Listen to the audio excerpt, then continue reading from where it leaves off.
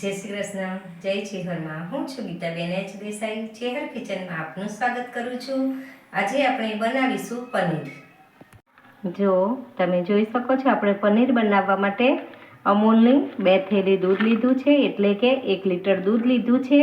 અને આપણે 1 લીંબુનો ઉપયોગ કરીને આપણે અહીંયા પનીર બનાવવાનું છે. જો તમે જોઈ શકો છો, આપણે દૂધ ઉકાળવા માટે તપેલીની અંદર 2 ચમચી જેટલું પાણી લીધું છે.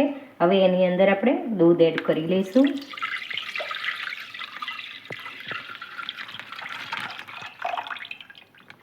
બે થેલી આપણે આની અંદર લઈ લઈશું.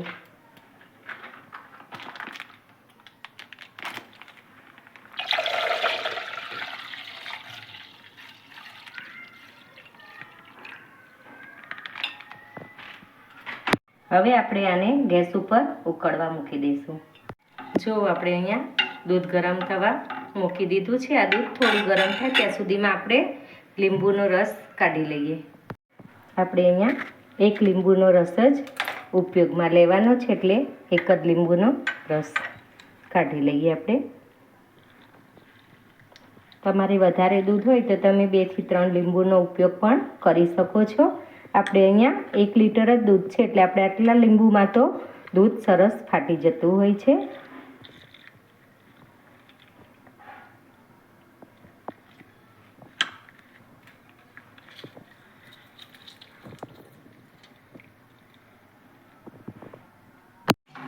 આપણે અહીંયા થોડું દૂધ ગરમ થઈ ગયું છે. એક ઉભરો આવે એટલે આપણે આની અંદર લીંબુનો રસ એડ કરીશું. ત્યાં સુધી આપણે આવી રીતે ચમચાની મદદથી આને હલાયા જ કરવાનું છે. જો આપણે હલાઈશું નહીં તો નીચે તળિયે આ દૂધ બેસી જતું હોય છે. જો તમે જોઈ શકો છો, આપણે દૂધનો અહીંયા એક ઉભરો આવી ગયો છે. હવે આપણે એની અંદર લીંબુનો રસ એડ કરી લઈશું. હવે આપણે આને સતત હલાયા કરશું, એટલે પાણી અને જે દૂધનો ભાગ હોય છે એ અલગ પડી જશે.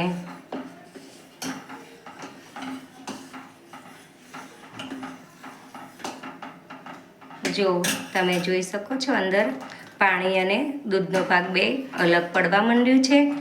હવે આપણે આને 1 મિનિટ સુધી આવી રીતે હલાવીશું, એટલે એકદમ ક્લીન પાણી તમને દેખાશે. જો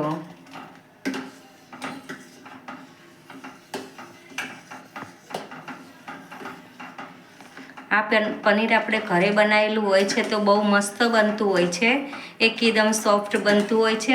અને આની અંદર કોઈ પણ જાતની વાસ આવતી નથી, એટલે આપણે ઘરે બનાવીને જ પનીર યુઝ કરવું બહુ સરસ બનતું હોય છે.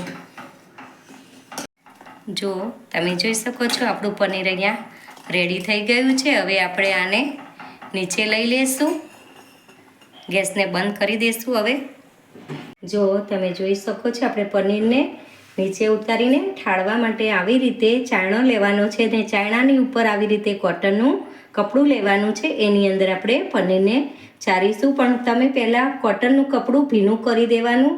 કોટનનું કપડું કોરું હોય છે તો એની અંદરથી આ પાણી અને દૂધની જે મલાઈ બની છે, એ પનીર બન્યું છે, એ છૂટું જલ્દી નથી પડતું, એટલે આપણે કપડાને હંમેશા ભીનું લેવાનું હોય છે. જો હવે આપણે આ પનીરને આની અંદર ગાળી દઈશું.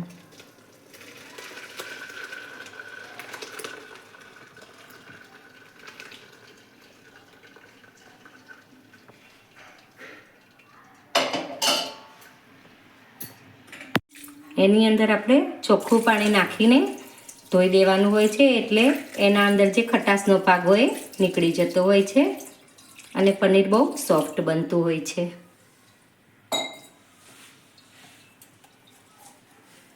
આવી રીતે આપણે ફોલ્ડ કરી દેવાનું હોય છે કપડાને, અને એની અંદરનું જે પાણી હોય છે એને આપણે હાથથી આવી રીતે દબાવીને બધું પાણી કાઢી નાખવાનું હોય છે.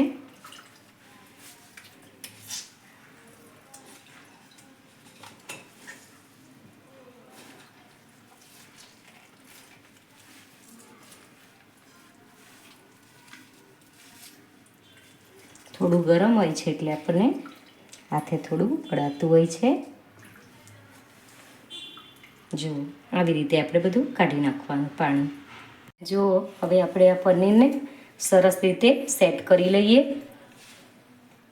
તમારે આવી રીતે ગોળને ગોળ સેટ કરવું હોય તો ગોળને ગોળ પણ સેટ થઈ જતું હોય છે, અને ચોરસની રીતે સેટ કરવું હોય તો આવી રીતે આપણે કપડાને ફોલ્ડ કરી લેવાનું હોય છે, એટલે સરસ ચોરસ આપણે સેટ થઈ જતું હોય છે આવી રીતે.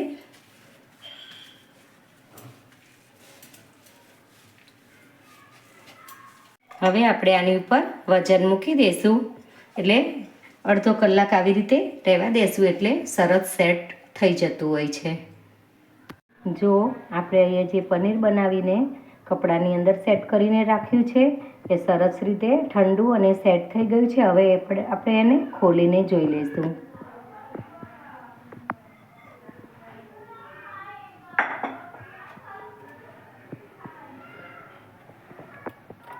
જો આપણે આને આવી રીતે ચોરસમાં કર્યું હતું, તમે ગોળ પણ કરી શકો. હવે આપણે આને લઈ લઈશું. જોઈ શકો છો તમે, આપણું પનીર અહીંયા બહુ મસ્ત બની ગયું છે, એકદમ સોફ્ટ. હવે આપણે આને કટિંગ કરી લઈશું.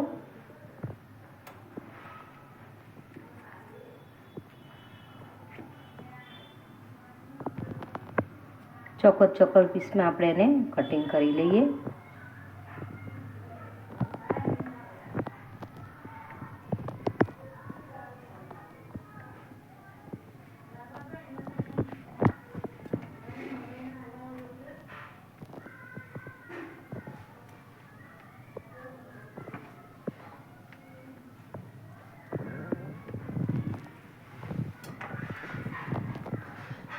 જોઈ શકો છો તમે, બહુ મસ્ત આપણું પનીર અહીંયા સરસ રીતે થઈ ગયું છે. હવે જોઈ શકો છો તમે, આ પનીર તમારું ઘરે કેટલું સોફ્ટ બન્યું છે, અને તમે બહારથી લાવો છો એ કેટલું ડ્રાય હોય છે, અને એની અંદર વાસ પણ આવતી હોય છે. આ એકદમ ફ્રેશ આપણે ઘરે તૈયાર કર્યું છે. હવે આપણે આને બીજા વાસણમાં એક ડબ્બાની અંદર લઈ અને આપણે ફ્રીજની અંદર સ્ટોર કરી શકતા હોઈએ છીએ. તો આપણે હવે એક ડબ્બામાં લઈ અને ફ્રીજમાં રાખી લઈશું. જોઈ શકો છો તમે.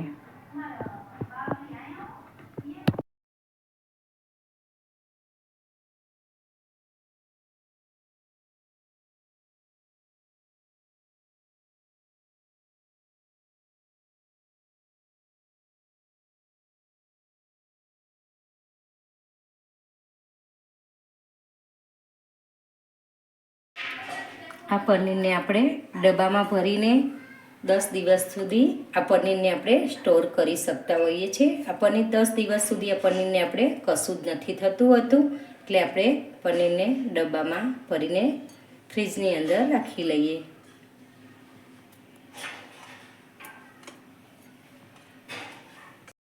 જો તમને મારી રેસીપી પસંદ આવી હોય તો મારી ચેનલ ચેહર કિચનને લાઈક કરો, શેર કરો અને સબસ્ક્રાઈબ કરો.